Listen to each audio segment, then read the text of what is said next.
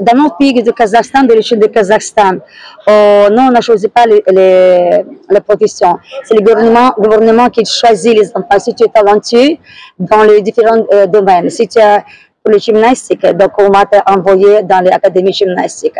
La musique, bien programmée déjà. Et donc on m'a choisi comme une danseuse. Mais pas forcément parce que je suis un enfant handicapé. Alors donc on m'a emmené en danse classique spécialement pour l'éligibilité, c'est-à-dire pour mettre mon corps et fort. Grâce aux danses classiques, dans notre discipline, on a de natation, gymnastique, on a fait toujours massage. C'est-à-dire, pendant 8 ans, les études dans les ballets académiques, je suis devenue danseuse. Vous voyez, donc, mais comme je ne peux pas continuer une carrière comme danseuse à cause de ma maladie, on m'a envoyé, mon gouvernement m'a envoyé à Moscou pour être professeur. Voilà. Aujourd'hui, à l'occasion du Grand Annuel. Aujourd'hui, comme vous savez très bien que 16 juin est la journée de jeunesse, les enfants chez nous, dans notre pays, c'est le 1er juin. Et depuis très longtemps, depuis que je commence à enseigner, pour moi, le 1er juin, c'est le jour des enfants. Et comme ici, c'est le 16, on a fait ce spectacle pour les enfants. Voilà. On a constaté qu'il n'y a pas, en tout cas, assez d'enfants d'origine sénégalaise. Nous sommes internationaux. Il y a beaucoup d'enfants de Guinée-Bissau. Vous avez bien remarqué des enfants handicapés aveugles qui viennent de Guinée-Bissau 2 fois dans l'année vers moi pour que j'enseigne piano. Mes danseurs que vous avez vus tout à l'heure, ils ont fait danse traditionnelle et art plastique.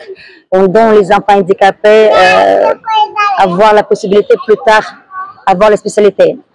Les autres enfants des ambassades, les États-Unis, Japon, Chinois, vous avez vu tout à l'heure, on a de la Russie, on a plusieurs, en fait, l'Académie de Grand Théâtre, ils accueillir beaucoup les enfants de différents pays. Voilà. Quel appel lancez-vous aux parents? Ça, voilà, ça c'est les points très sensibles pour moi. Plus clair. Je vous donne un exemple. Chez nous, si dans la famille il y a une fille, automatiquement, une fille doit être princesse. Princesse, les postures, la musique, n'importe quel instrument. Ballet, c'est pas pour être ballerine, c'est une éducation artistique, une partie d'éducation sociale aussi. Comme tout le monde va aller à l'école. La danse chez nous, musique, bien sport, c'est obligatoire. Les garçons, plutôt sport.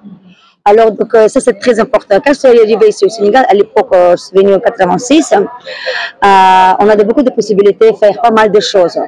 Maintenant, après un moment, un peu de rupture. Maintenant, je suis là. Et mon rêve, pour que le Sénégalais sorte. En fait, je suis très fière de mes élèves de famille Dia. Mais j'ai rencontré les familles Dia en Afrique du Sud. Nous, on était voyagés souvent au festival, compétition au Kazakhstan, à la Russie. Et c'est ça mon rêve. Ici au Sénégal, travailler, appeler beaucoup d'enfants pour que je puisse tirer des diamants et former professionnellement, puisqu'on allait dehors, partout, la populariser notre pays Sénégal. Sénégal, c'est la richesse des talents. Seulement, ça manque, comment dire, l'attention, attention pour eux, ça manque les spécialistes. Mais je crois que si tout le monde, nous sommes les adultes, mobilisent, sûr et certain, on arrivera. Parce que les Sénégalais sont trop talentueux au niveau des chants, au niveau de la danse, au niveau du musical, au niveau de l'art plastique. C'est incroyable. La richesse au Sénégal, on ne peut pas imaginer à quel point. Mais nous, on devait juste, comme on dit, on a fait les sites, on vend les diamants, les cailloux, il n'est pas joli. On polish, nettoyer, on donne la majette. Et donc, ça brille, jusqu'à les valeurs, waouh! Voilà, donc c'est dans ce sens que je voulais bien qu'on peut. La jeunesse. En fait, Sénégal est devenu international. On ne peut pas dire uniquement africain, on peut dire comme ça. Et voilà. Mais quelles sont les conditions pour intégrer? Organiser une discipline, comme une armée. Si on n'a pas de discipline, donc on ne pourrait pas réussir. Voilà. Est-ce qu'il y a des conditions, c'est-à-dire qu'il faut rentrer dans le ballet, dans le théâtre, est-ce qu'il y a des critères? Vous savez, pour moi, il n'y a pas de critères. Les enfants, c'est éducation, quel que soit handicap, n'importe quel niveau de handicap. Tous les enfants, ça c'est éducation. Éducation artistique, c'est très important. En fait, pour vous dire, nous sommes les artistes, nous sommes devant les politiciens.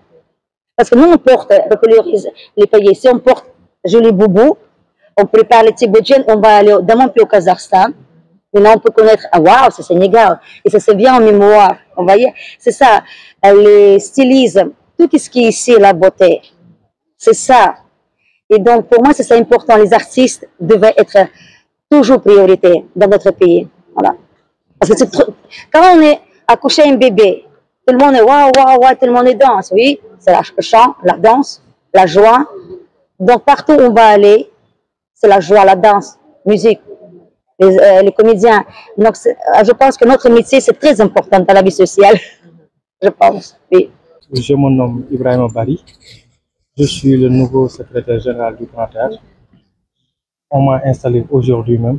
Je pense que je fais mon baptême de feu aujourd'hui même. Votre baptême dans le ballet, qu'est-ce que vous dites? Oui, je pense que c'est une activité.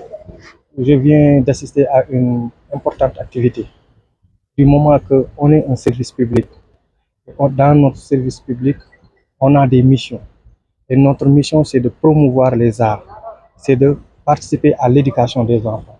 Aujourd'hui, j'ai vu un spectacle vraiment qui participe à l'éducation des enfants et qui participe aussi à une collaboration, à une diversité des cultures et à une intégration communautaire. Parce qu'on avait vu les enfants qui prestaient, on sent qu'il y a beaucoup de sensibilité culturelle. Et c'est ça le Sénégal.